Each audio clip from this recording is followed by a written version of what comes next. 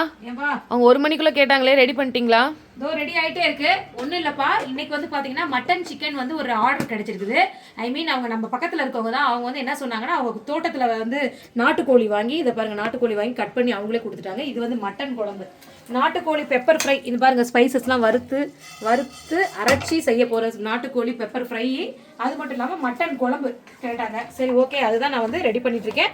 காசு கொடுத்துருவாங்க. நான் வந்து இப்போ வந்து ஆர்டரின் பேரில் இந்த மாதிரி சமையல் செஞ்சு கொடுத்துட்ருக்கேன். 1 கிலோ 2 கிலோ கேட்குறவங்களுக்கு செஞ்சு கொடுத்துருக்கேன். சேலத்தில் நியர்பை யாராவது இருந்துங்கன்னா அவங்களுக்கு ஏதாவது நாட்டுக்கோழி, சிக்கன், மட்டன், ஃபிஷ் கறி, எறா, நண்டு எது வேணாலும் சொல்லுங்கள், செஞ்சு கொடுத்துருவேன். அதுக்கு தகுந்த மாதிரி நான் அமௌண்ட் சொல்லுவேன். அது மாதிரி நீங்கள் கொடுத்துட்டிங்கன்னா ஒன்றும் ப்ராப்ளம் இல்லை, நான் சூப்பராக செஞ்சு தரேன்.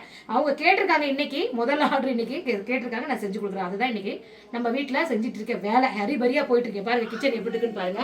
அதே மாதிரி நேற்று வந்து குழந்தைங்க சாப்பிட்ட தட்டில் வந்து சொன்னீங்க, நாங்கள் அது மாதிரி விகல்பெல்லாம் பார்க்க மாட்டேன். அவங்க வீட்டுக்கு எடுத்துகிட்டு போகிறேன்னு சொன்னதுனால தான் போட்டு கொடுத்தேன். அதனால தப்பு கிடையாது, தப்பு இல்லைன்னு நான் நினைக்கிறேன். ஓகேங்க, பாய்ங்க.